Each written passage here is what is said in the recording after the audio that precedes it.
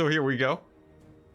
Opting now, for anyone who hasn't heard the news, I am opting for 3-hour streams now.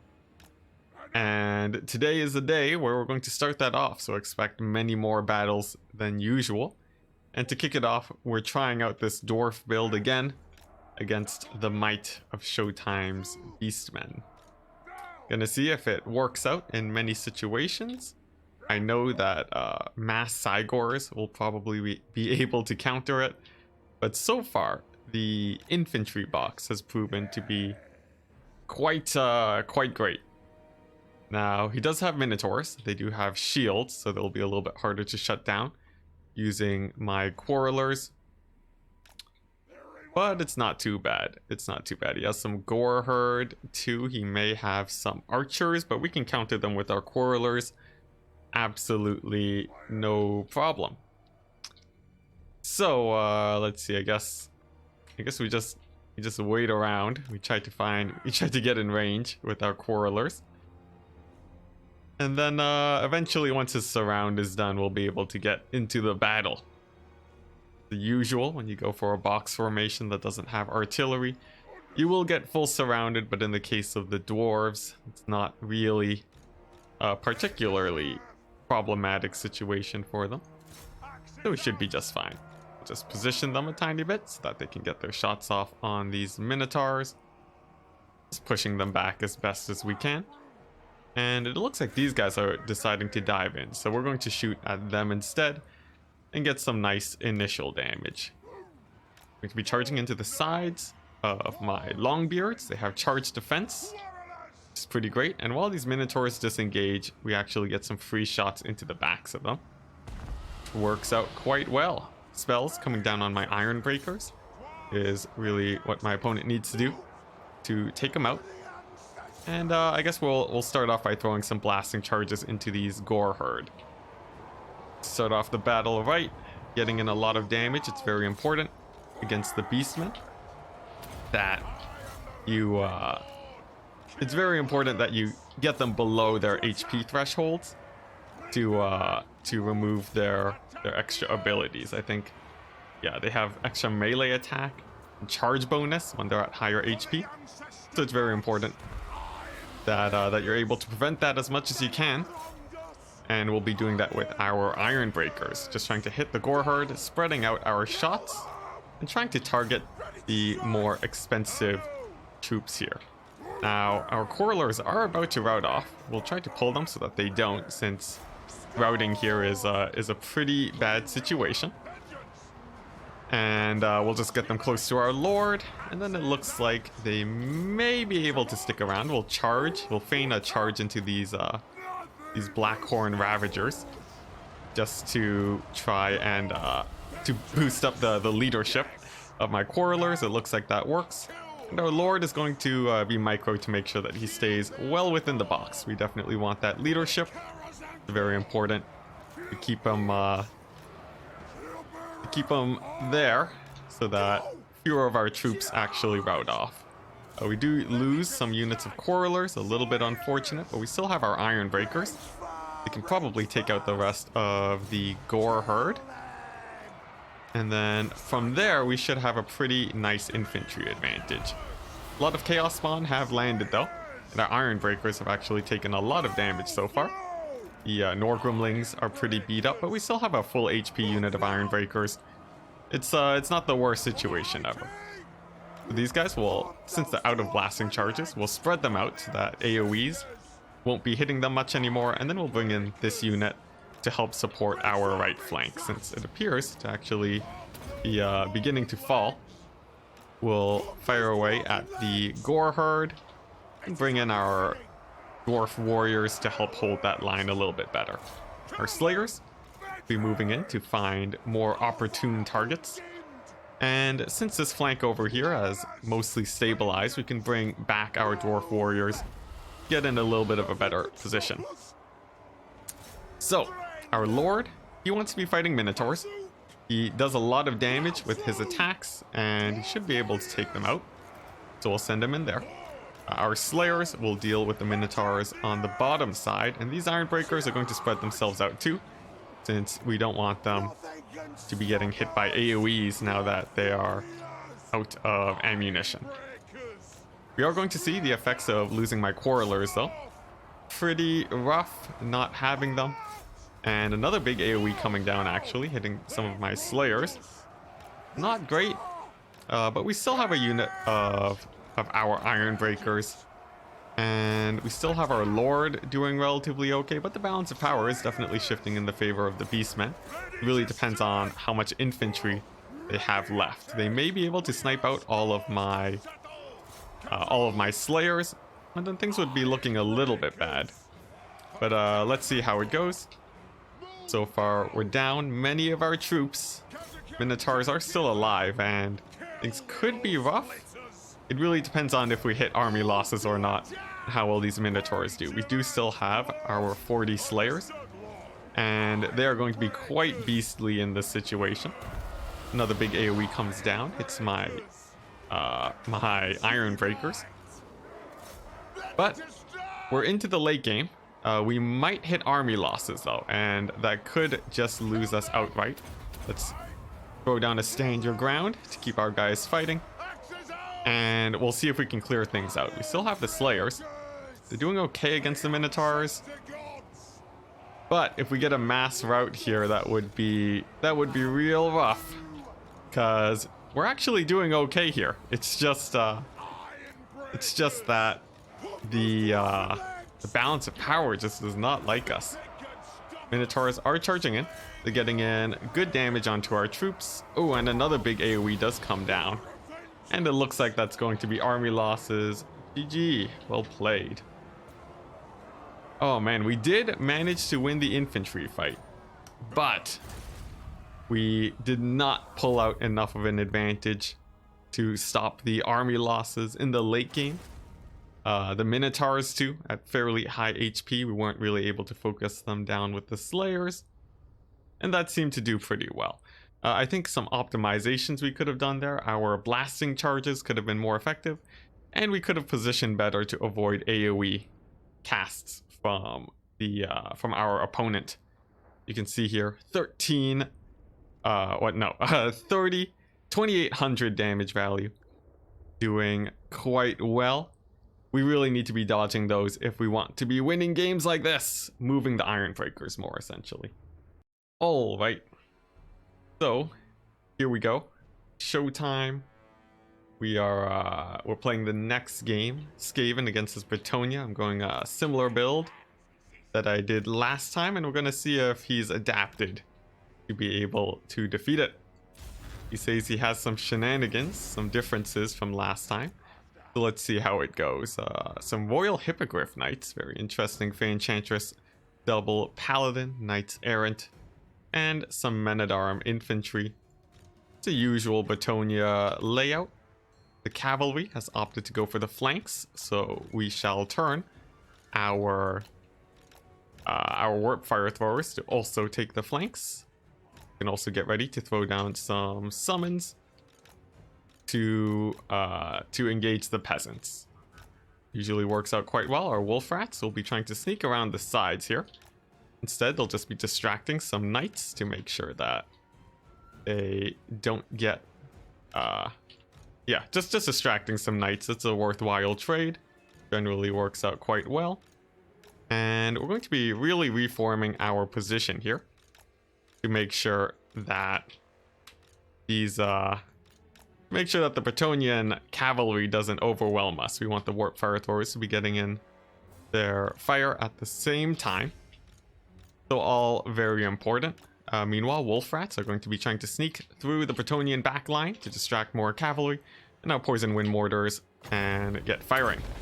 We'll send in some summons up front to get started. Move our clan rats to stop the cavalry charge. And since there's more cavalry here, we'll bring in the Ixchas triads in that direction. Our Packmaster will do well against the Fey Enchantress. We'll send him in over there. Poison Wind Mortar should be able to do well. Our Wolf Rats will be able to sneak through the front line, distracting as much as they can. And we'll just keep sending in summons. Should work quite well. Now, my opponent is taking is time to get a proper surround here. That will be pretty scary. But we should be able to win off this right-hand flank. Meanwhile, the knights over here, we can catch them with the guns and the warp fire. That should work fine. We did lose some of our rats along one side, and the paladin, the enchantress, is doing quite well along the center. Meanwhile, the wolf rats not doing great. They're doing okay, but not amazing. We do manage to catch out some knights though, so I think we should be able to secure this right flank, and that may be the important thing here. Since if the right flank lives, if any of the flanks live really, then it really allows us to get our weapons firing, and then from there you can usually win out the game. But the center line is falling. Our caster has taken a lot of damage. The poison wind mortars are looking a bit rough, but like I said, the right flank is looking decently secured. We've caught off many of the knights. We still have a unit of wolf rats too. And if our packmaster can distract these hippogriff knights, then I should be feeling quite fine. Some of our rattling guns do get compromised, but they can fall back to the defense of our spears. Our lord has done a really good job chasing off the Bretonian knights along the far side. So generally, I think we're doing just fine. Now the hero squad is quite scary, and they've even killed off my caster. That's a pretty big misplay on my part. But the cavalry's running low for my opponent, and that could work out quite well for us in the late game. So we'll just send in the clan rat spears. Lay over here. Looks like our caster has unfortunately died. But we still have the packmaster. He's doing strong. We're losing our wolf rats though. And let's see if we can catch out these cavalry units. Hit them with the warp fire. They take a ton of damage. We still have our Ixcha's triads at fairly high HP. But losing that caster and having to deal with hippogriff knights is pretty scary. Our rattling guns are going to be getting compromised. And I don't think we'll be able to hit up those Knights of the Realm, but let's take a look. No, it looks like our guns do indeed get compromised. Very unfortunate. But our rattling guns are still able to do good. Our Ixcha's triads are there. We have a packmaster. Things are definitely not lost yet, but there's still quite a bit of an uphill fight. We've lost many of our range units, and we're going to have to micro with this packmaster to make sure he doesn't get sniped out by the paladins. He can heal, but we don't want him to take too much damage now. So we'll give him his buffs, just continue to retreat with him, and then that should be okay. The only problem is that there's a lot of Bretonian infantry left. That's definitely not great. Paladin double Paladin Fey Enchantress is chasing down my Packmaster. But if we're able to rout off these Knights of the Realm, there's still one unit of cavalry and the Hippogriff Knights. It probably won't work out too well. If we can get our Packmaster into support, that could change things. So we'll have to see. There's going to be a big fight with our single entities, and it'll come down to that. Done a pretty good job killing the cavalry, but the problem is that the cavalry isn't really much of a problem right now. The main problem more so is all of these peasants and the single entities. And our Packmaster is pretty out of position. We'll have to see. The Ixcha's triads are going to be they're going to be what I need to pull out a victory here. So let's see if they're able to perform. Optimally, we'd be able to catch out these Hippogriff Knights. I'm going to try to bait them by sending in my Lord so that he can get surrounded by them. And then we have the Ixcha's triads at the ready to dive in on top of them. Looks like my opponent is aware of that situation though. He pulls back with the Hippogriff Knights. And there we go. Looks like not taking the bait. We're going to try to regroup with our Packmaster. Shouldn't be too difficult, since if he can distract the Fey Enchantress, that's a pretty good situation for us. But these poor clan rats and Skaven slaves are going to be routing off rather quickly. Let's see if we can at the very least maneuver so that they can get into a more optimal position away from all of the cavalry. And we're also going to be trying to regroup with the Packmaster. Some Knights Errant are moving in. We'll summon behind them to get the Ixcha's Triads to block. And we're going to use our Lord now to try and snipe out the Fey Enchantress. We're going to dive in right on top of her. We'll be popping all of our buffs and seeing if we can take her out. Just really focus firing her down, hoping for the best. Ixcha's Triads getting low on leadership. Looks like they're on the verge of routing. And a terror rout from them would be quite bad. So at this point, it's just crossing our fingers and hoping for the best. We routed off a few of the troops of my opponent, which definitely helps. The Fey Enchantress has disengaged from combat, which means that the Triads will be able to do better. And you can tell, just based on their leadership, that they are doing quite well. We are about to lose the Packmaster, though, and he does rout. Oh my goodness, and a mass rout from me. GG. Army losses, just slamming down instantly. Essentially, the initial engagement worked much better for my opponent. He was able to take the win, so there we go. Showtime. Putting in the changes in gameplay to pull out the victories today. Generally doing pretty good. Let's see here the warp fire throwers. They got engaged on pretty hard. And I'm wondering, we probably could have put the Packmaster and the Warlord to cover one flank instead of splitting them up. That way, one of the flanks would have been more secure, and we could have brought the warp fire throwers to cover the other flank. Instead, I sort of just let him get a full surround on me, and that definitely made things a little bit more rough. So there we go. I'm wondering, maybe I need more warp fire throwers. Poison Wind Mortars didn't even do too well either. We could have moved closer to the side of the map so that they could pressure the Knights from moving in. I think there were definitely a few options. Losing the caster too was really bad. So I think we definitely still had a chance. Also, I forgot to record, so we're starting now with Skaven against Showtime's Bretonia. And we're seeing if his Bretonia build actually works out against the more common Skaven build. We're testing that out to see how his no archer style works versus someone going for a mass blob. You can afford to do this because he has no archers. And the Fey Enchantress would get sniped out by our heroes and monstrous units. So we can fully afford to do this without really any fear of getting punished for it. Just blobbing up essentially as hard as we can and seeing if he can actually take out a win. If he can take a win, then we know Bill definitely has some bite. Throwing in an AoE onto my slingers, doing a little bit of damage, but it's actually not too worrisome. And here we go, Fey Enchantress moving forwards. We're going to position our monsters to dive in onto her if she does get close.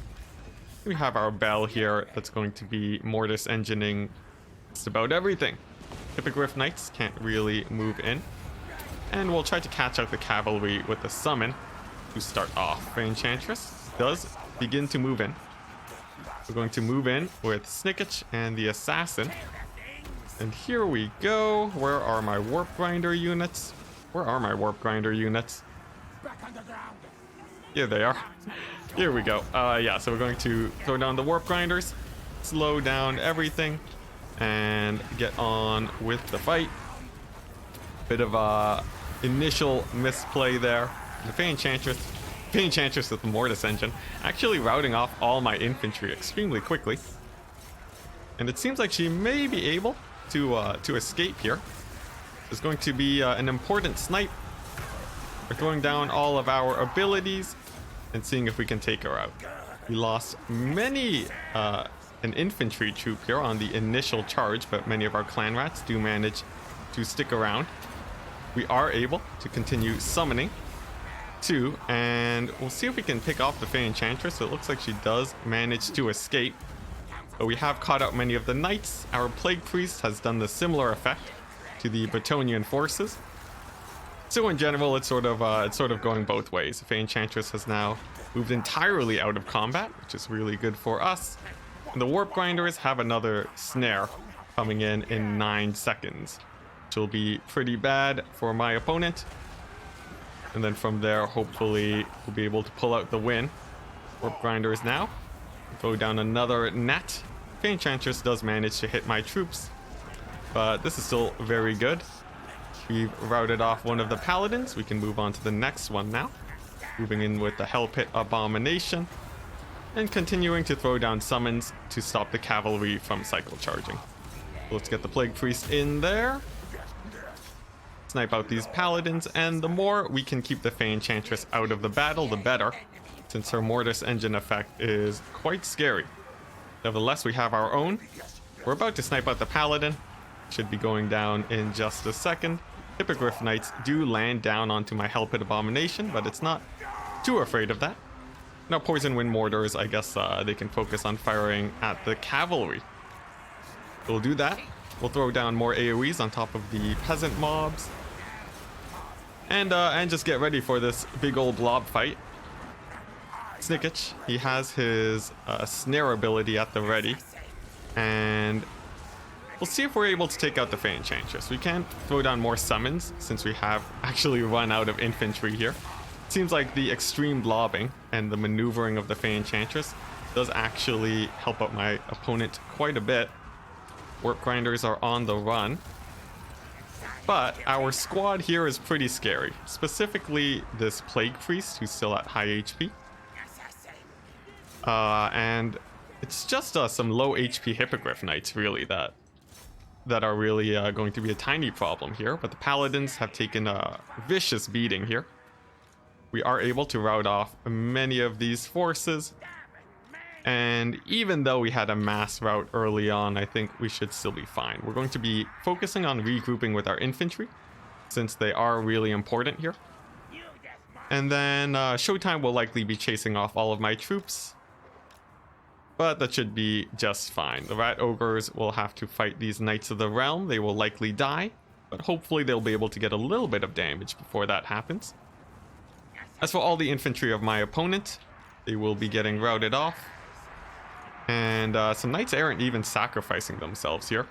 I think they will be going down, at the very least taking a lot of damage, which is a nice trade for me. So the cavalry here, it's all Knights Errant. They aren't especially scary, because they're at low HP. I'm expecting them to get terror routed. As for the infantry of my opponent, they're all at really low HP too. And I think we routed off 2 of the Paladins. No, there are still 2 Paladins. So they're probably the biggest threat here. And we'll have to see if we can actually take them out. Balance of power is about even.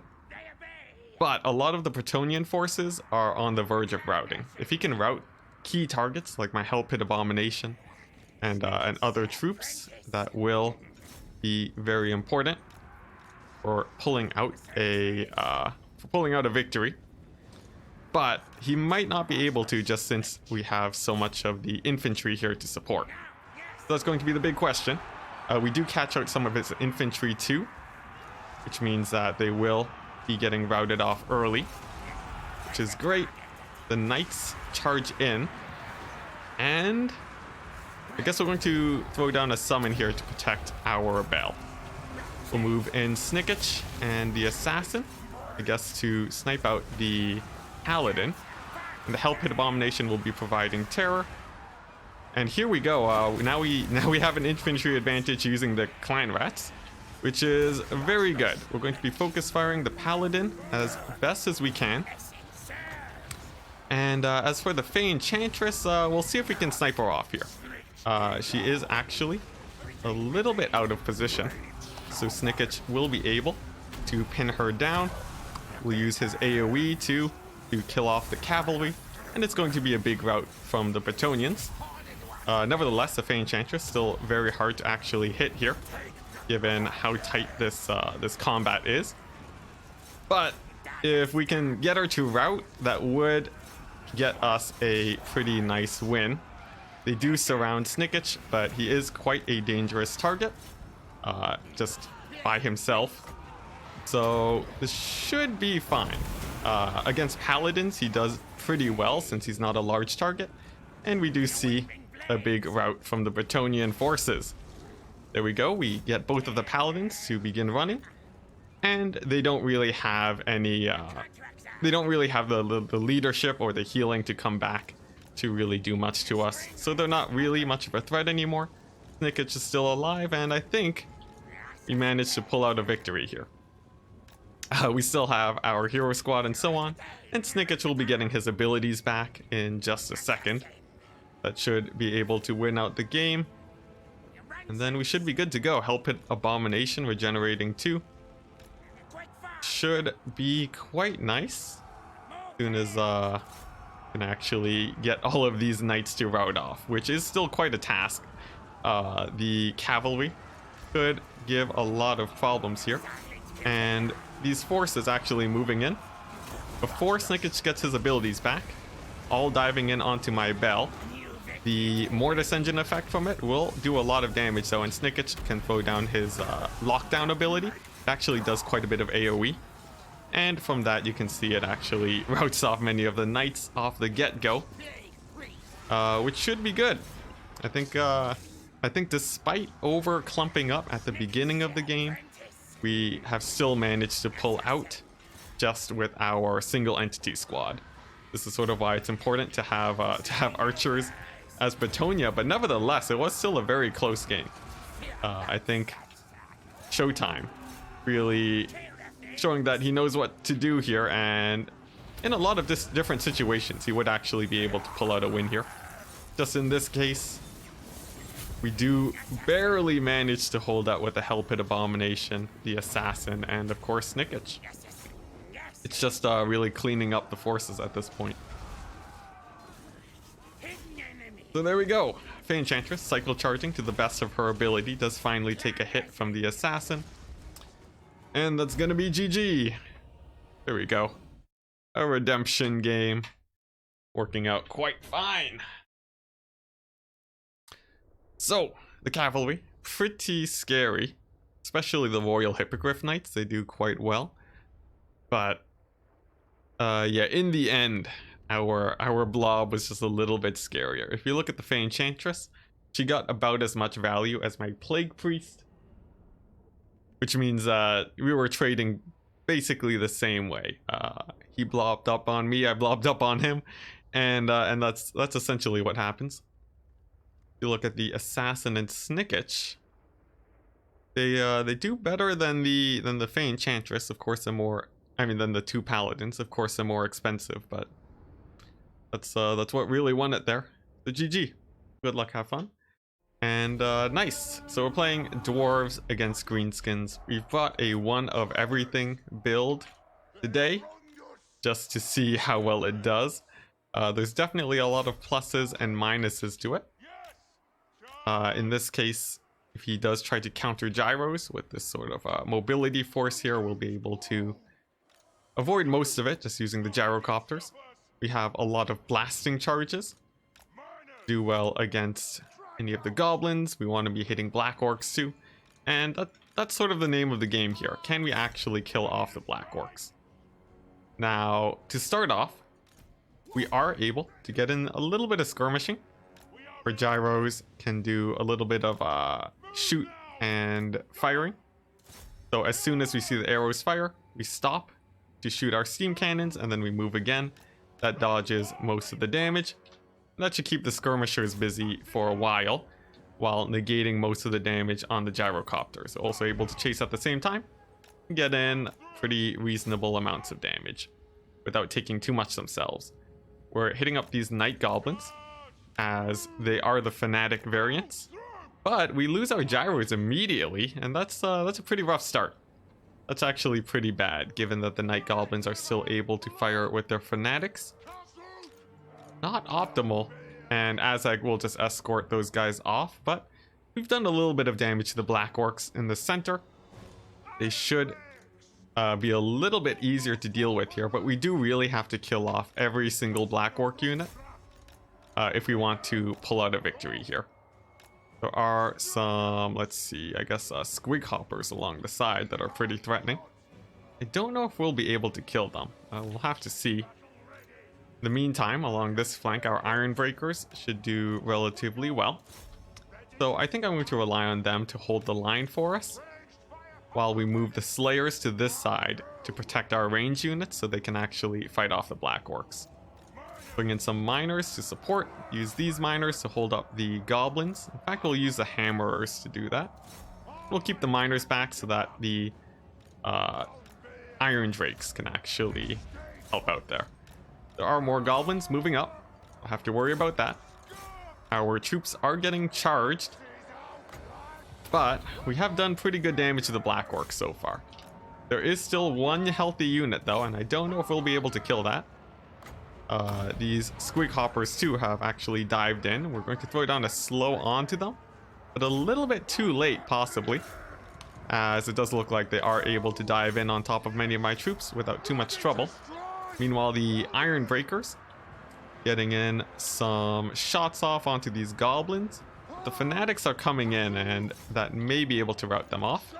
We do manage to get one of the Black Orcs off of us, but in general things are looking pretty rough. The Hammerers are doing okay. They're going to be getting shot by the Goblins though. Not great, but we should be on the way to routing off two of the Black Orc units. Fanatics do come in, hitting my very expensive Iron Breakers. That is rough, but they still make it out with half HP, and as long as they don't rout, then it's not absolutely terrible. Meanwhile, the Slayers should still be able to do rather well. And can we actually get our blasting charges off onto these Black Orcs? We'll have to see. Our backline is rather compromised, but we've killed off most of the Black Orcs. And if we do kill off all the Black Orcs, we just need to make sure that these archers don't shoot our expensive units to death. It looks like they will anyways.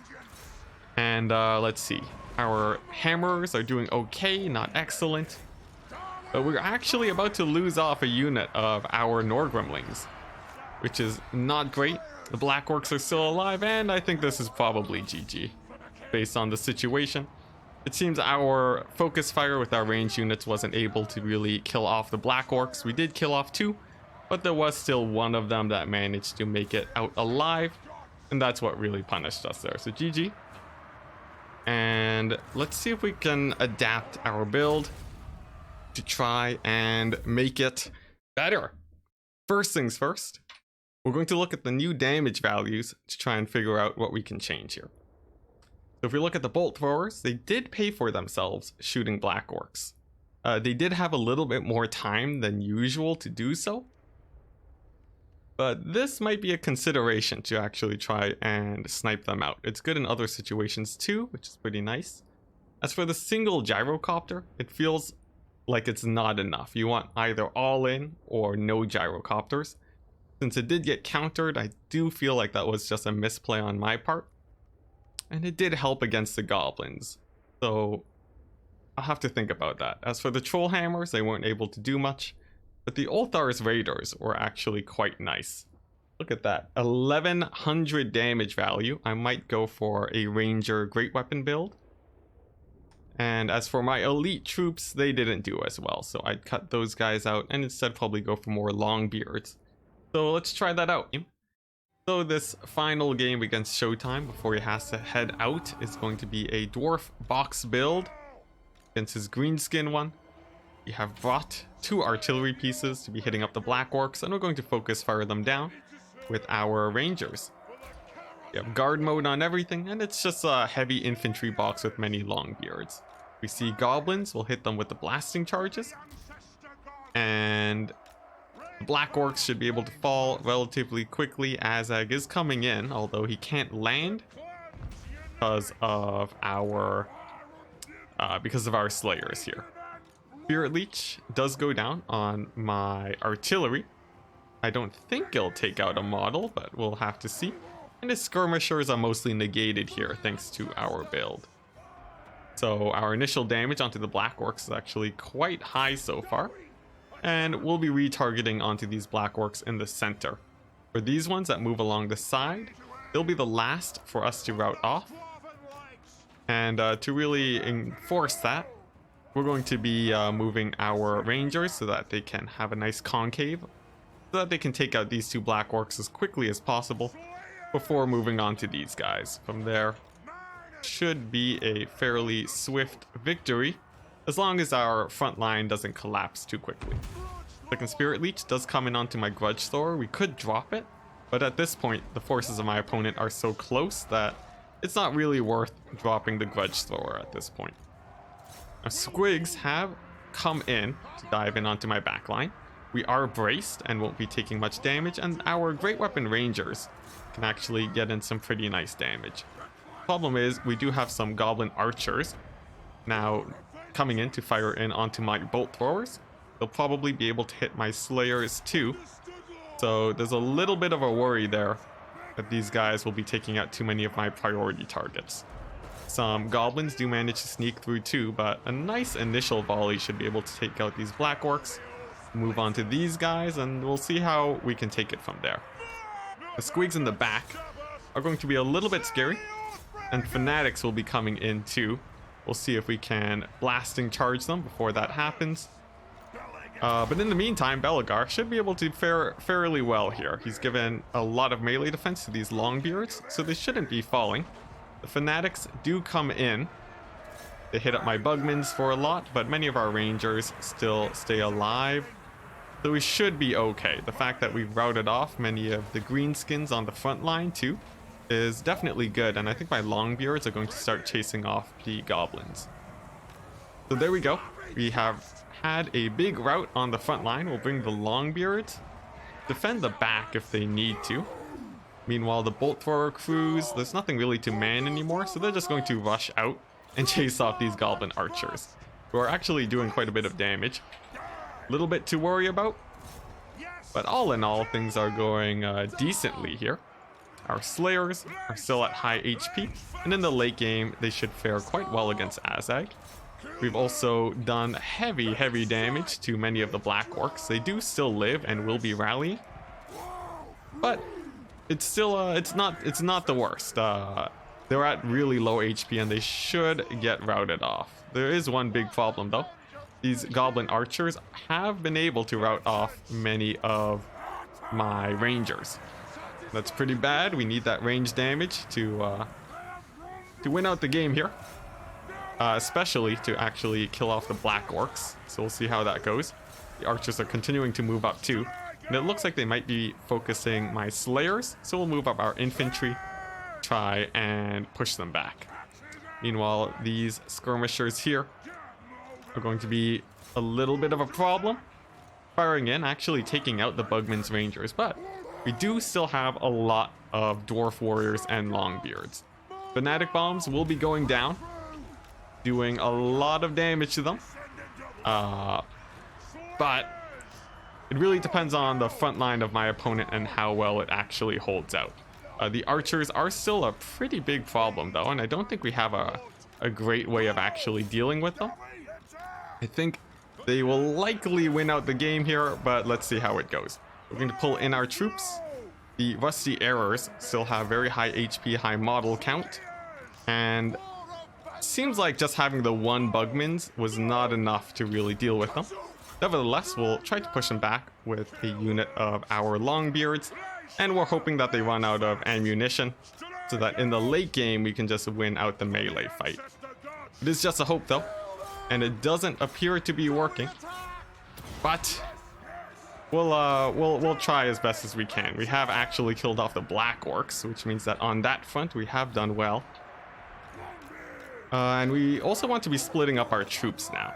The reason I'm doing this is because the Fanatics could still come down, and we don't want to be taking too much damage from them. But do I have enough troops to tank out all the archer fire? Probably not. I'm trying to size them up right now. There's still quite a few volleys here, but the Black Orcs are dead. Belegar is fairly strong. I'm honestly not sure, since the game really does hinge on the fact it hinges on whether or not the ammunition will run out. Azag will be able to cycle charge Belegar too, and that poses its own problem, so we'll see how that goes. Now we'll be bringing in Belegar.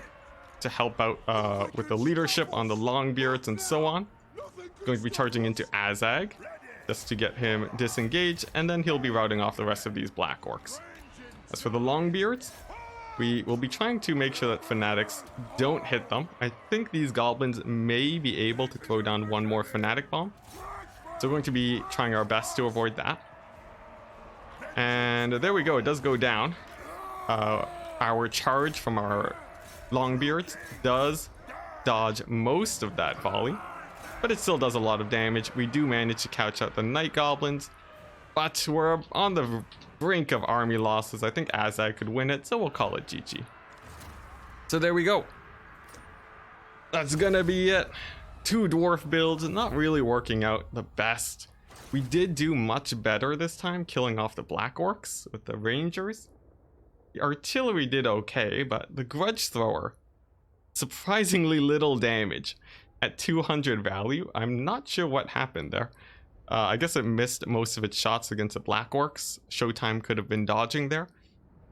So the Grudge Thrower would be a possible cut. I could replace it with Bugmans, and that way we'd be able to keep the Archer pressure a little bit further back. Alternatively, I could go for a Flame Cannon or a different build entirely. For the Longbeards, they didn't do amazing. And our Miners did okay. In general, I feel like we were getting shot up a lot. That was definitely not great. We didn't have a lot of anti-skirmish. It's definitely something I'll have to think about.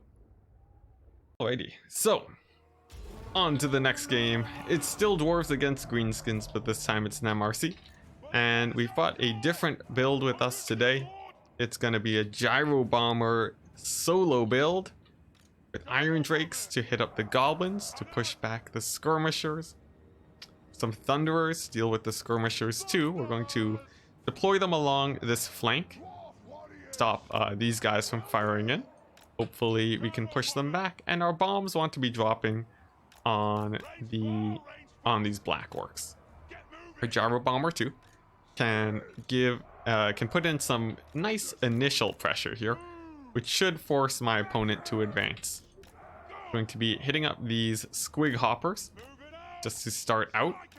There we go, some shots coming in, not killing any models, but slowing them, allowing us to continue chasing them. Azag will come into support, but we can stay away from him fairly easily. Have our Archers, Thunderers nearby if they need to help. And looks like they will. Azag actually coming in for the Spirit Leech, but that's about it. He disengages and our Gyro Bomber should be able to make it out without taking too much damage. Meanwhile, the Thunderers will do well against the Skirmishers, getting in a solid initial volley. And that's actually really nice. So far doing better than the Bugman's Rangers by the looks of it. Our troops are getting shot at though by these rusty arrows, and we're going to have to advance now to actually shut them down. The Iron Drakes going to be focus firing.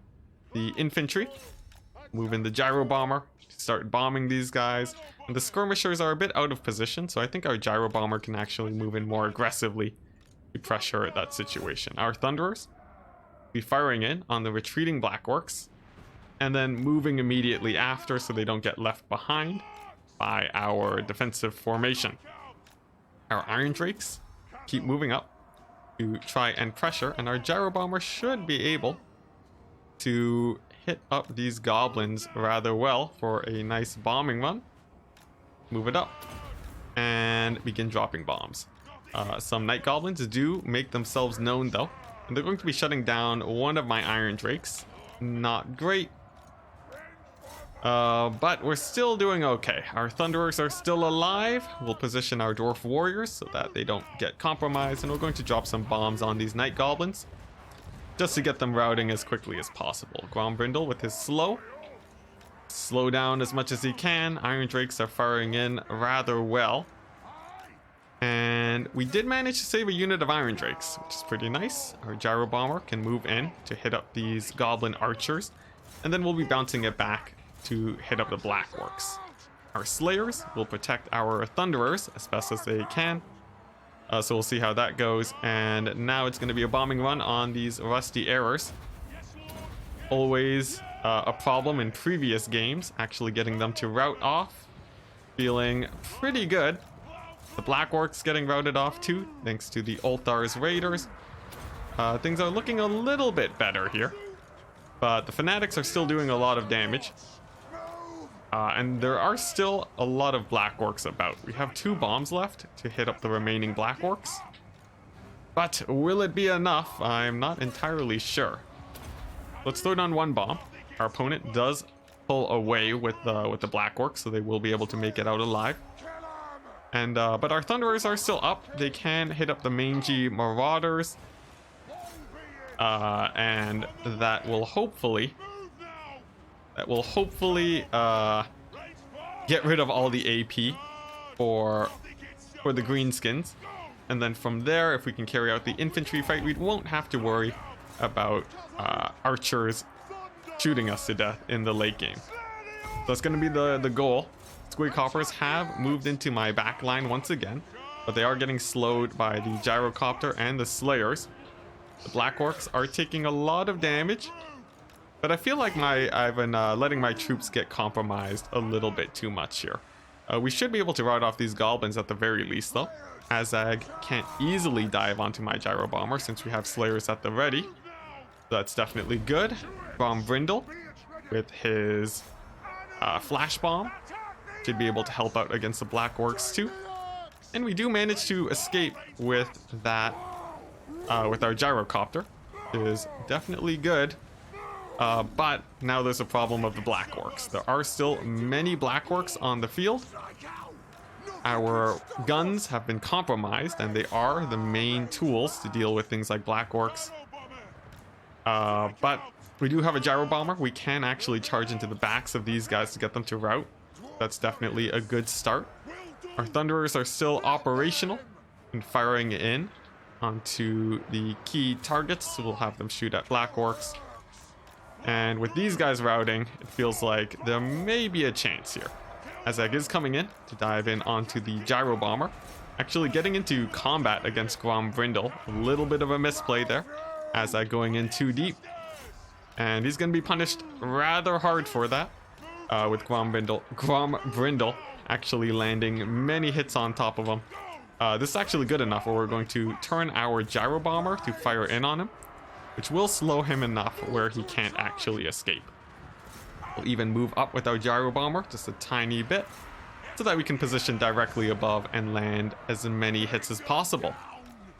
So far looking pretty good. Our Iron Drakes have done a surprisingly good job of staying alive amidst all the chaos. It looks like Azag is actually going to be dying. That's going to be a huge leadership debuff for the greenskins. We'll cycle charge with the Gyro Bomber again to rout off the Black Orcs. And if we can get them to rout, that'd be very good. They do indeed rout off. And now we're seeing breaks along the front line for the greenskins. Things definitely turned out much better since sniping out Azag. A lot of the cavalry is down too, but there's still a little bit, and they'll be able to chase off a lot of my range units, which isn't great, but I think we might have just done it. The snipe out on Azag worked out, and there we go, pulling out a victory. It went okay, but the game was still a little bit close for comfort.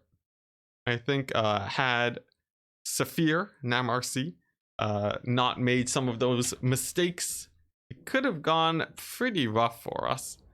Azag dying was definitely really rough. If we look at the damage on the Gyro Bomber, it was definitely a really nice pick. Despite there being skirmishers, we were still able to get a lot of value off of it, which was nice. Our Iron Drakes just paid for themselves, but I do really like the Thunderers. They were really nice at catching out the skirmishers, a lot better at doing damage than the Bugmans. So I'll be keeping these guys. The Slayers, on the other hand, performed okay, but my Slayer micro has always needed improvement. So I think they worked out just fine. The Longbeard's holding and the Warrior's holding. nice. Generally working out quite well. I think taking out these the goblin archers was actually a really big play. So here we go, second game against Namarcy. It will be Wood Elves against Bretonia. Going for my usual build that we tried out last time. The goal for today is to focus on it, so that I'm proficient enough where I'd be comfortable running it in tournaments. We have our Deepwood Scouts. They're going to be taking out the squishy targets for Bretonia, and even firing in on peasant mobs where they can. Peasant mobs do dodge. They take a bit of damage, nevertheless. And we have enough ammunition where we're not too worried about being a little bit aggressive with it. Now, we could slow down the advance of my opponent a tiny bit by moving in with our cavalry, but he's playing pretty aggressive. So we'll pull back. Gives us some time to run with our Deepwood Scouts. Lewin does land. We're going to fire a volley into him, getting in a pretty nice damage, actually. And we're not too worried about taking damage here. The Deepwood Scouts, they'll mostly be able to live. We actually did lose a few models there, but that's not too bad. Lewin trying to escape. We'll be taking another volley into the back. That's actually a decent trade. We lost 10 Deepwood Scouts to hurt Lewin for quite a bit. Not terrible. Now, the cavalry is defending the peasants. We can't cycle charge easily with our cavalry here, but some opportunities have presented themselves. So we're going to pressure in with our cavalry, and we'll use the Deepwood Scouts to fire in on the peasant archers so that they don't shoot at my retreating wild riders. We'll be catching the knights with our spears, and we'll be using Drycha to catch out some cavalry where she can. Now, it is very important that we take out the archers, and our cavalry, they're going to be moving along this side now. These knights errant are actually a little bit separated, so a big charge over there should be able to take them out. Peasant mobs will be getting stopped by our spears. The knights errant here, you can see, have taken a ton of damage so far on the initial charge. And let's see, we'll try to finish them off with the Deepwood Scouts. We really want these guys to get routed since our cavalry is getting caught up now. Our front line is beginning to collapse just a tiny bit. Deepwood Scouts are going to have to retreat. And we'll see how our cavalry does. We can catch these guys with Drycha. We have an opportunity to throw down a pendulum somewhere, but I'm not sure where the best place is. Our wild riders are taking a lot of damage, sign of misplays, but as soon as these archers stop moving, I think a big old pendulum should be able to be quite effective against them. Meanwhile, the knights are getting traded out against rather well. Pendulum lined up and ready to go. Should be doing a lot of damage. And there we go. That should be a rout on those peasant archers. In the meantime, we're pulling back our spears to give us favorable fights against the cavalry. Our Deepwood Scouts have retreated in the correct direction to actually make an escape and continue firing without pressure. And through all the chaos, you can see we've actually pulled a pretty decent lead here. We've routed off many of the cavalry forces of my opponent, since we did have a lot of spear support in the midst of the wild riders fighting. There are still some knights of the realm here that we have to worry about, and we won't engage them until we can get some spear support. So that's going to be the goal. We'll be pulling our cavalry to try and get a counter charge. We'll be moving in with spears, and now that they're getting bogged down on the Deepwood Scouts, we can actually get in that counter charge that we've been looking for. Meanwhile, this next unit of peasant bowmen are going to be eating a penumbral pendulum. Should be able to get them to rout rather easily. We've caught up these knights of the realm, and that should be a favorable cavalry engagement for us. You can see they now are getting surrounded. We have tons of spears in the mix, and they can't really retreat easily. Drycha 2 with another summon. Doesn't even look like we'll be needing it, but things could still get a bit dicey. There are still many knights running around, and specifically these Pegasus knights are going to be a little bit scary. Some archers too have rallied, and they will be firing in on top of me. And we're going to retreat with them until we can get another pendulum down to actually take them out. They'll be preemptively moving Drycha into there. so that she can pendulum them. And there we go, pendulum going down. The archers do scoot up a tiny bit, but just barely, not enough. They do indeed get caught and finished off. Meanwhile, these knights here, taking out a lot of my cavalry, will punish them by getting a dryad summon on top of them. That should kill them. And now the real problem is, can we kill the single entities? We do have a lot of spears. We also have a unit of Deepwood scouts, but they are getting taken out by cavalry. We do have 2 units of war dancers though, and I think they should be able to carry it out. Not to mention we have Drycha too. It just depends on whether or not terror routes come into play. Deepwood scouts will be able to continue firing, which is definitely good. But we have run out of wild riders. The unit that has been so core to actually killing cavalry and other large units is gone. We don't have much mass left. But thankfully for us, there's not a lot of cavalry for our opponent. So we're going to group up with our spear units, and we're going to be holding for our last stand. Lewin is at high HP, but our infantry is a lot more elite comparatively. He does land onto our war dancers. He will likely be able to pull out, but if he doesn't, he will be taking a lot of damage. It looks like he does actually take quite a few hits. His heal cap now showing itself. Definitely good. But there are some archers left for Bretonia. We do have our Deepwood scouts, and we're going to be focus firing them, since these archers are probably the biggest threat to our victory at the moment. So routing them off is very important. As for the cavalry, like the Pegasus Knights, they're not nearly as scary. They can get some big charges onto my war dancers. So that's a little bit scary, but after they land, they will likely be killed off. So not the worst. And with the Bretonian archers gone, we're in a little bit of a better position.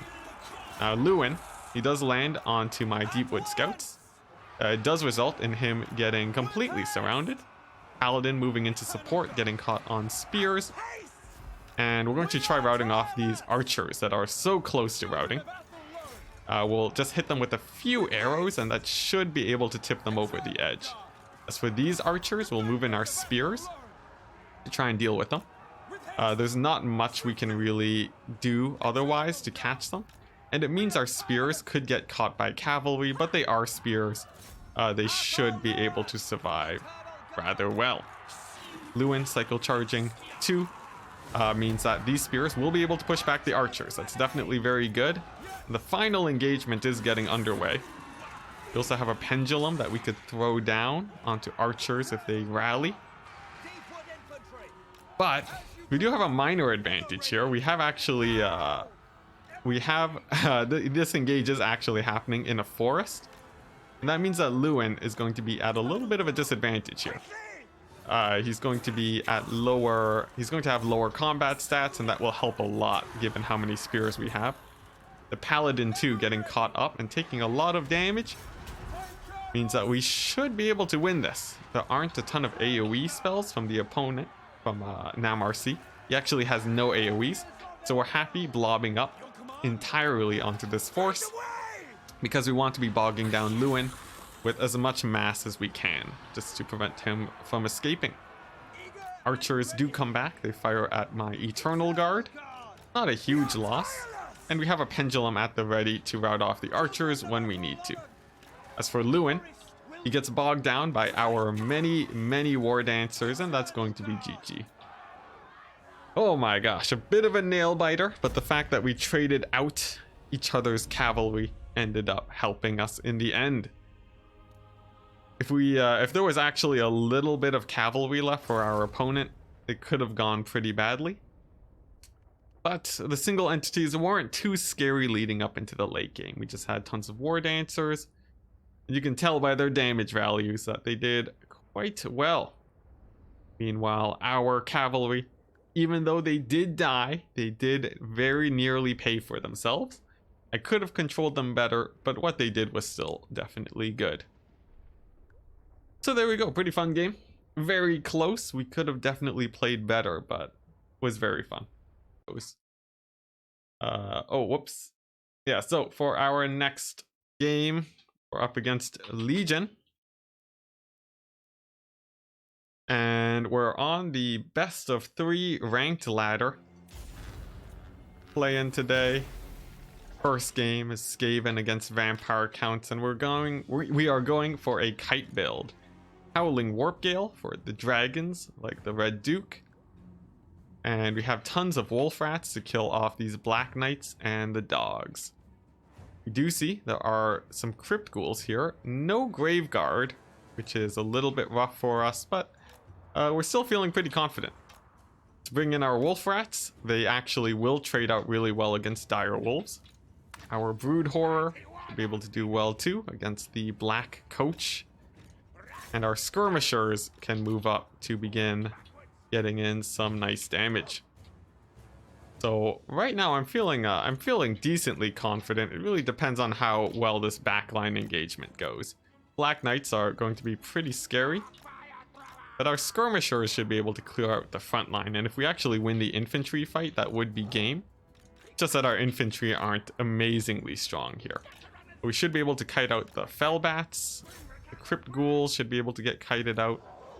We're going to take a little bit of a risky move up right now to try and get some warp fire thrower shots initially onto the crypt ghouls. Then we'll be pulling back, seeing how well that goes. We're going to net down the Lord of Legion. I'm going to hit him with our Rattling guns, seeing how well they do there. Meanwhile, the crypt ghouls taking a lot of initial damage. The black knights, blood knights actually, getting hit by everything, taking a lot of damage. The Lord is having a rough time. The fell bats are coming in, and let's see how this goes. Our wolf rats are doing great. We're going to throw down the death frenzy here to get them to really win that frontline fight. Our Rattling guns have really just demolished the Vampire Count's Lord. Skirmishers are still alive too, and the wolf rats looking to be doing pretty good. We're having wolf rats chase down blood knights. What has the world come down to? I'm not sure, but it seems to be actually pretty effective. And once those blood knights are down, we'll be in a really nice position. Meanwhile, our warp fire throwers are going to be hitting this other flank of blood knights, and some dire wolves are coming in along the back. They could pose a little bit of a threat. So let's see how we can deal with them here. We'll bring in our Lord to fight them off. We'll try and finish off the blood knights, but at this point, the death frenzy has run out for our wolf rats, and they're beginning to take a lot of damage now. The Vampire Count's Lord too has landed. He'll be getting in a lot of damage, but our secret weapon, the 2 warp fire throwers, are still online and able to fire. So we'll make some room so that they're able to do that. We'll bring in our wolf rats and regroup with them. We'll see if our warp fire throwers can deal with the rest of the infantry here. Balance of power is actually surprisingly in our advantage. Let's see, we'll net down the Vampire Count's Lord just so that he can't maneuver as easily. And once we have all of our wolf rats back together, they should be able to help out and win many of the fights here. There are 2 White Kings that we have to be careful of, and some crypt ghouls moving in, but the warp fire throwers should be able to deal with them. Our wolf rats have all come back now, and they're going to be moving in to charge into the crypt ghouls, while our Lord tries and to deal with the black coach. So we'll throw down another death frenzy to keep our wolf rats from routing. And the warp fire throwers, it's now a key priority to take out those blood knights. Blood knights are very important to shut down here, as they are very mobile units for my opponent. They can do a lot of damage, and yeah, they're generally really hard to take out. So we'll hit them with the Rattling guns, we'll hit them with the warp fire, and hopefully we'll be seeing them go down. As for the Vampire Count's Lord, we're gonna throw down a net on top of him so that he doesn't kill my Lord here. And there we go. He's netted down. He won't be able to fire. And our wolf rats are going to be trying to kill these blood knights. They will be taking a lot of damage, but I think they should be able to win that engagement. We'll have to see. They do surround the Blood Knights, and their charge bonus brings their leadership up, but our Lord is about to rout, and if our Lord runs here, then that would be really bad. We would get a mass rout on our front, and that could just end things right then and there, but looks like he does. Oh no, he actually does rout off. The dire wolves for my opponent try to chase, but our wolf rats managed to save our forces there. There are still some Blood Knights, however, that we'll have to worry about, but our Lord should be able to come back. And it looks like our wolf rats do actually manage to take out the mobility for my opponent. They will be routing off, though. It's very unfortunate, but not before getting in a good amount of damage. And with our Lord coming back, we're feeling a little bit more confident. Now, the Count's Lord, we're going to throw down another net on top of him, just to try and negate his value. As for our rattling guns, we'll disengage with them to try and find a good position for them to fire. And our warp fire throwers should be able to do some decent damage against the Count's Lord. Not before taking a lot of damage, though. And if he routs again, that would be really bad, but he dives in on top of some zombies, and it looks like he'll be sticking around. Still, we'll have to be very careful with our Lord. We definitely don't want him to rout.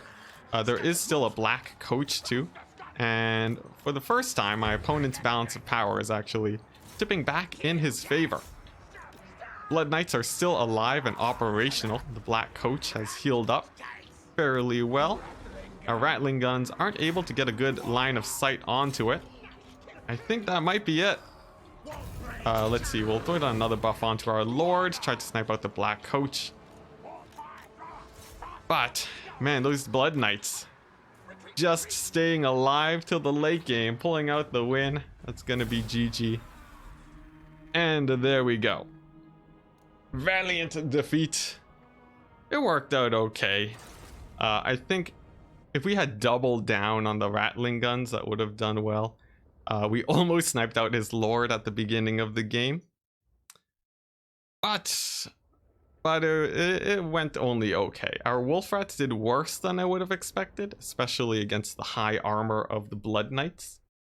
If we had actually taken the AP rats, it might have gone differently, but I'm not sure. In the future, I'd probably cut the rats and take more guns, because that would have done really well. As for the gutter runners, they didn't do great. They didn't have many targets to really hit. So I think the classic gun build would have done much better. 2 brood horrors, many more rattling guns, same amount of warp fire throwers, and some poison wind globadiers is the plan for next time. So here we go. We're up against Legion. We've got the usual ranged build against them. We have nets. We'll be focus firing this Kemrian War Sphinx. There's a Lich Priest of Death. Tomb King also. But our focus fire should be quite scary. For the mobility of Legion, it's some Nehekara Horsemen.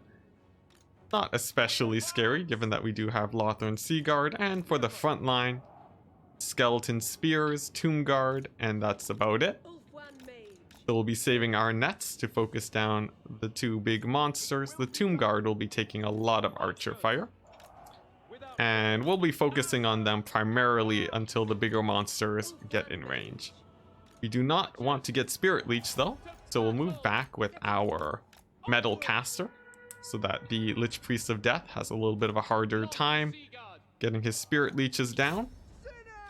And as for all the Tomb King's Spearmen units, we'll be using our Silverin to block against them. Now the Nehekara Horsemen will trade 1-1 against my cavalry and will usually lose out in that situation.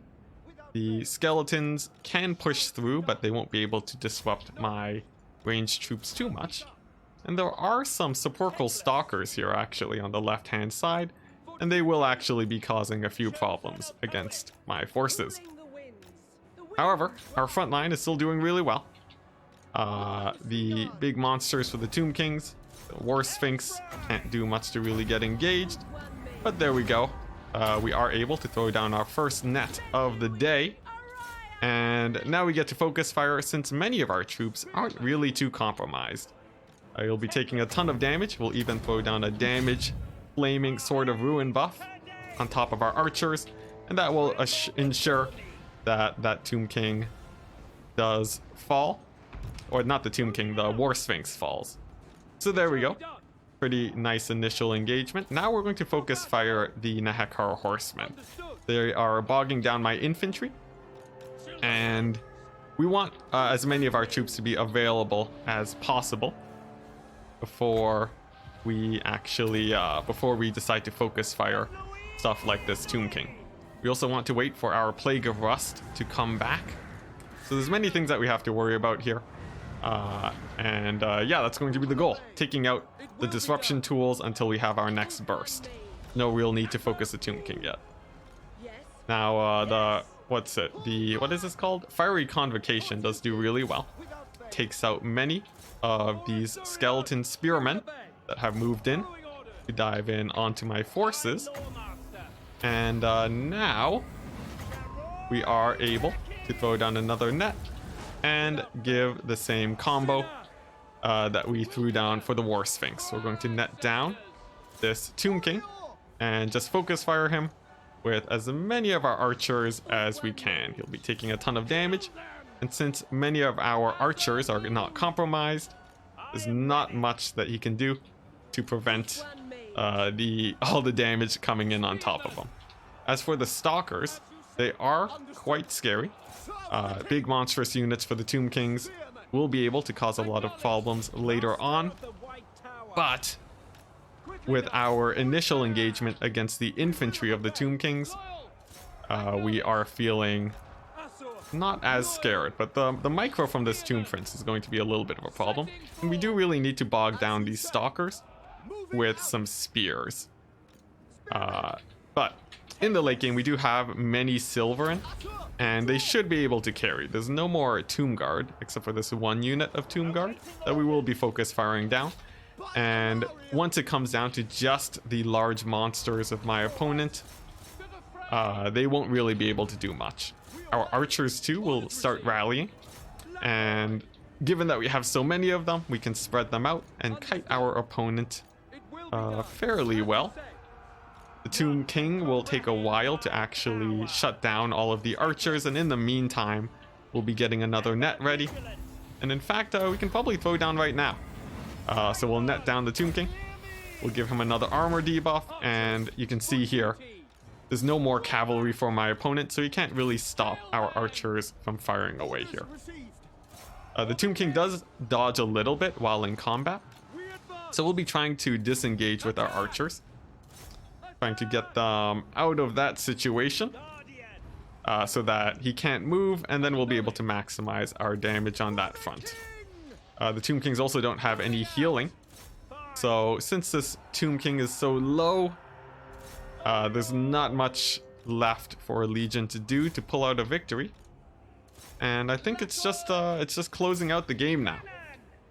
Not much else to do. I guess we'll throw down a Fiery Convocation on these Stalkers, just to see how much damage it does to monstrous units. I don't imagine it'll do much, and he even dodges it.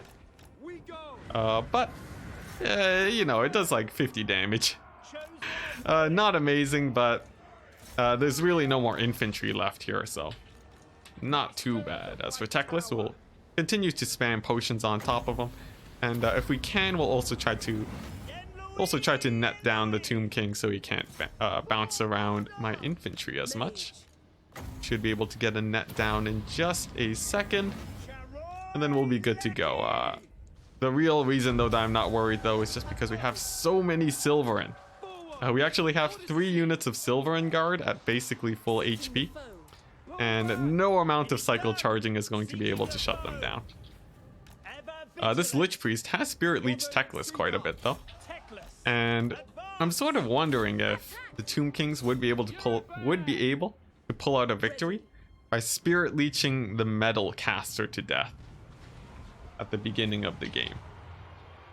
Nevertheless, we won't know for today, since we do manage to pull out a second or another victory for this high elf archer build. Doing quite well. We focus fired priority targets like the Tomb Guard and the War Sphinx. And from there, my opponent didn't have enough threats to dive in onto all the archers. In the later stages of the game, we didn't do as well to shut down the Tomb King. After we netted him down, he optimally wouldn't have been in combat, and more of our archer fire would have been able to shut him down. But you know, it still worked out fine enough. So there we go. I'll just hover some damage numbers real quick for anyone who's interested, and we shall jump into the next game. So here we go. For the final game of today, we're playing Coast against Legion's Chaos. We've gone for an air game to snipe out all forms of magic damage, and then sirens to win the infantry fight. Hoping that goes out okay. Legion has brought a lot of Marauder horsemen, some throwing axes, but no horse masters, which is nice for us. There is a Chaos Sorcerer of Fire that will be focusing down. And we have our army in the back just chilling while our skirmish force moves in to engage. We're going to be focus firing the horsemen to get them to rout as quickly as possible. Getting in some nice damage right off the get-go. Now focusing the other unit of horsemen. Should be able to deal with them rather quickly. And as long as we micro well enough with our bats, they shouldn't take too much damage here. So just same idea as gyrocopters. You move and fire with them as much as you can. Some of the horsemen actually positioning underneath my bats are going to be able to get a good amount of damage off actually, but not without taking some return fire. There we go, taking a bit of heat. But the Shaman Sorcerer of Fire is going to be getting closer, and he'll be hitting up my sirens soon enough. We'll also need to pull back with our bats to get some healing from our caster. She's going to be moving up to try and heal them. And Luther is going to be moving in to snipe out the caster now. That should occupy the horsemen for a while. And Luther is easy enough to micro, where he won't be taking too much damage from the axe throwers. So here we go, our bats have grouped up. We will be healing them. There we go, a nice pick-me-up, and the caster is going to be on its way out. Now for the Marauders, we will happily send in our sirens to go ahead and fight them. There are some aspiring champions that we can mostly ignore here. They're a bit too slow to really get where they're needed. And we can use our deck droppers to start focus firing the infantry. The caster is a bit too far away to really deal with the sirens, so should be some nice engagements here. And as for our own caster, she does take a bit of damage, but she makes it out alive. And it's just going to be continued sniping attempts on this Shaman Sorcerer. Meanwhile, our deck droppers are now going to move up slightly to deal with the aspiring champions. And Luther is going to be using his move and fire micro to avoid a lot of the damage from these skirmishers. He should do quite well. And as long as we continue to micro and really focus on that, he shouldn't take too much damage. While the caster, with no healing, is slowly getting picked away. Now we are running out of infantry here, which is not great, but we do still have a lot of sirens, so I'm not especially worried. Luther 2 is nearly done with that caster. The aspiring champions haven't been able to do much, and our gun bats have done a really nice job with the elite infantry. The horsemen are a little bit out of position, so we're actually going to charge into the caster now. Not before he gets a huge burning head on my sirens though, and that's pretty rough. Nevertheless, we still have more to come, and the sirens, they'll be able to still do fairly well in the late game. As for the caster, he's nearly dead. Our gun bats are still doing quite well. Luther has taken a lot of damage though, but there we go. We have finished off the caster. And we still have tons of sirens. There are still aspiring champions And Luther is actually taking a lot of damage. We'll throw down a heal onto him just to keep him alive. And we'll be using our gun bats to secure the victory here. We'll give them ammunition so that they can win the air fight by taking out all the horsemen. And from here, oh, whoops, our caster's actually dying. Sigvald chasing her down. We'll have to throw down a slow on Sigvald. Throw down a summon, and that should keep her safe. There we go. And yeah, here's the plan. We're going to kill off all of these Marauder horsemen, chase them off the battlefield, and then it's going to be just Luther and our gun bats winning out the day. We have Sirens, who can deal with all of the elite infantry, and our gunnery wight should be able to perform quite well too. Seeing Luther terror routing the horsemen quite well.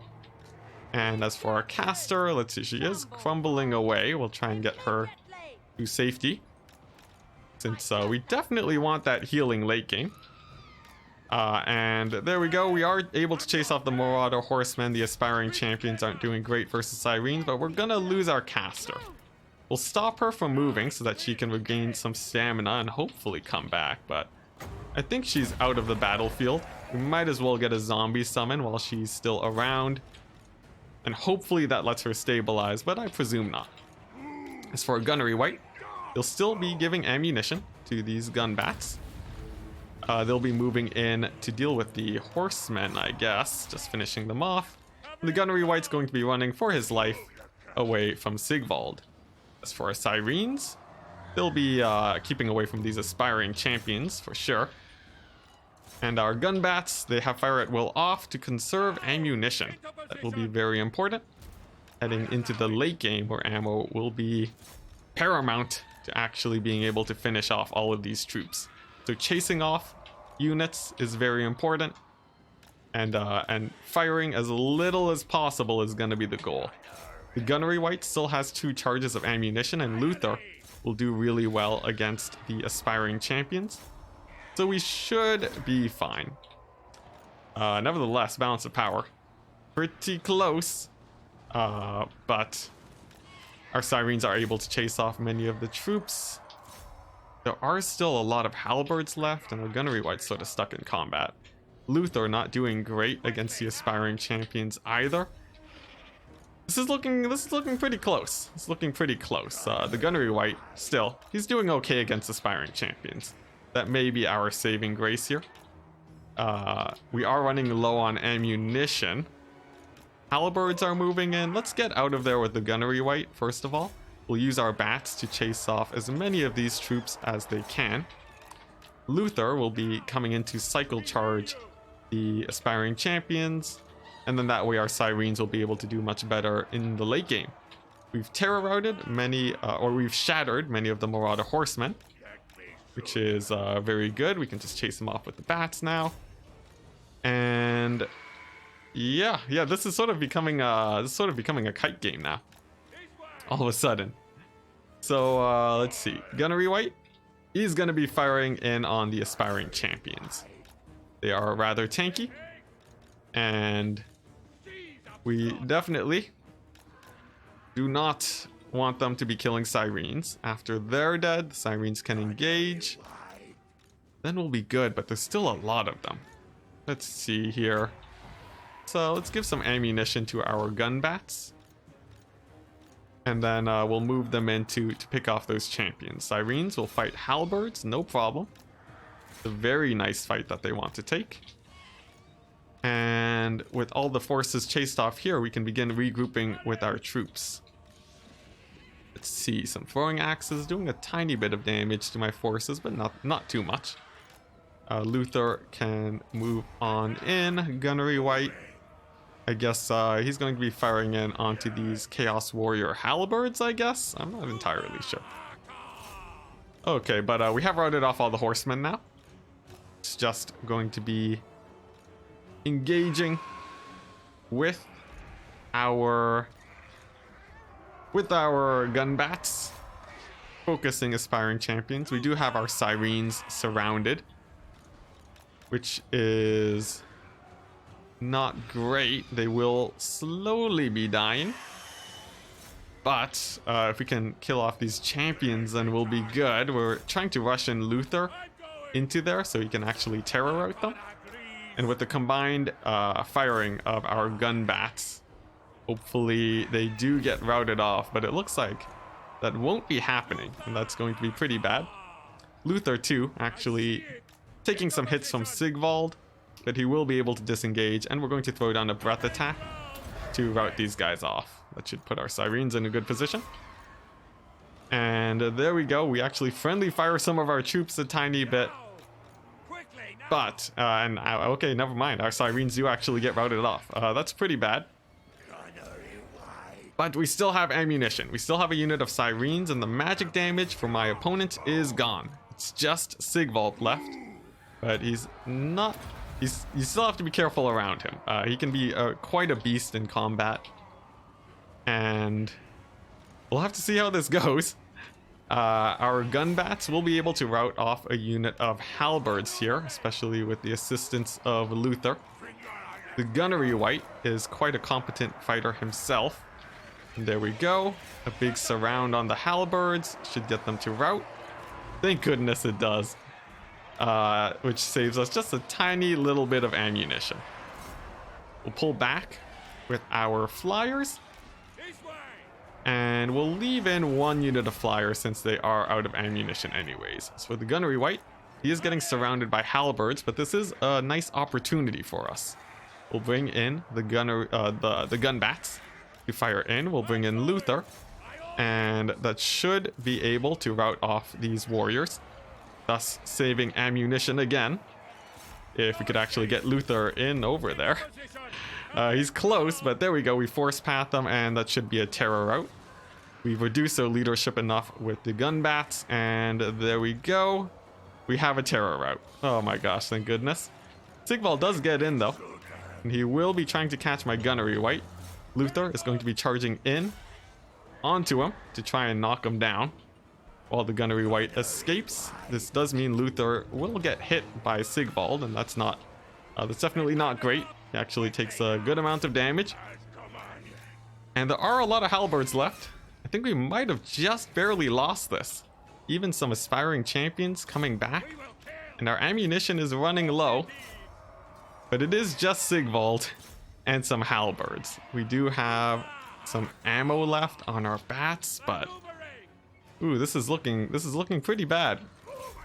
We'll try to rout off these mirror guard, and the plan is we're going to be moving in with our bats to try and get a surround here.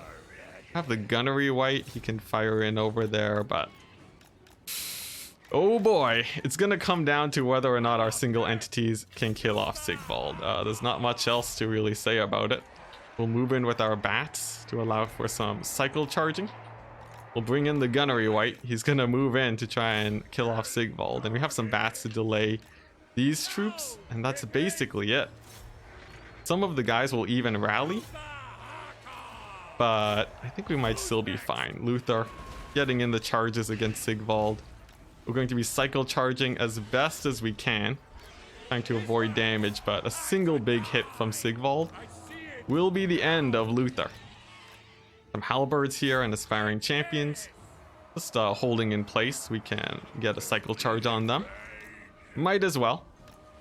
But Sigvald is continuing to regenerate, and that's the main scary point here. He will take a while to kill the bats, but with the mass changes to infantry, he will be able to actually get in some hits on Luther every time we cycle charge. Our bats don't do a lot of damage either, so oh boy, it's gonna be pretty sketchy. It's gonna be pretty sketchy. Let's move in with the gunnery wight. Let's get Luther in on top of Sigvald. We have a breath attack too, and the more we can cycle charge him, the better. I think he might get a hit here. Oh, it doesn't look like it.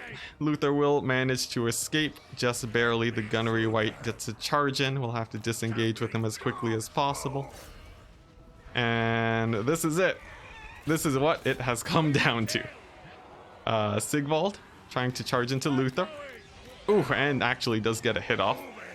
We'll try and disengage here, but Luther getting mucked up a tiny bit. Oh man, he's taking a lot of damage. Sigvald might just carry here. We'll send in the gunnery wight. We'll turn on fire at will so he can actually get his last shots off against Luther. We'll terror out these chosen, chaos warriors with halberds. If they will get terror routed, it's looking like they might not. Gunnery wight's taking a lot of damage too. And I think Sigvald's got this. We do get a terror rout, which is nice. The gunnery wight is on his way out. And we're going to position right on top of Sigvald, and we're going to throw down a big old breath attack on top of him. And we'll see if that actually kills him. Pretty good damage. Helps us out a tiny bit, but Luther. Oh my gosh, Luther. This is a rough situation. He does land a hit on top of Sigvald and does manage to escape at the same time. This is the RNG we need to be winning this. The deck gunners do have pretty high, they have pretty nice stats. They have nice melee defense values all the way, only 23 actually, so surprisingly low. But we do have quite a few left. They will be able to hold for a while. And that will allow us to get the optimal cycle charges in here with Luther. And man, do we need optimal cycle charges. We want to be making sure that Sigvald basically never lands a hit on top of us. That will be difficult, but not impossible given how many bats there are. Let's see. Oh no, don't get a hit. Oh my gosh, and thankfully Sigvald does miss that attack. He is still regenerating. He does do an attack animation, which means that we should be able to land here. But will he get a hit? No, it looks like we will get to escape once again. So the idea here is that you wait for him to throw down an attack animation like so, and then that's when you want to land attacking, preferably from behind, and then pulling out as quickly as possible. Sigvald does turn rather quickly, and it seems like the mass of my own bats is sort of stopping Luther from escaping. And he's getting quite low now. Sigvald with another attack animation. We'll try to pull out with Luther, but there we go, there's another hit. And I think he's done it. GG, well played to Legion. Sigvald coming in. Oh my gosh, with the steel chair, as Turin would say. Taking out Luther, despite the cycle charge madness going on top of him. 2900 damage value. The hard carry. What we could have done, we could have tried sniping him out with the handguns as a possibility. There were a lot of skirmishers to really deal with. Our ammunition usage perhaps might have been controlled a tiny bit better. Could have gone for a Noctilus double gunnery wight build instead to really optimize the value on our handgunners. But in general, just well played from Legion. We did lose a unit of Sirens to Burning Head, which was pretty rough, but there we go. There we go. Oh my gosh, what a game. But yeah, that's gonna be it for today.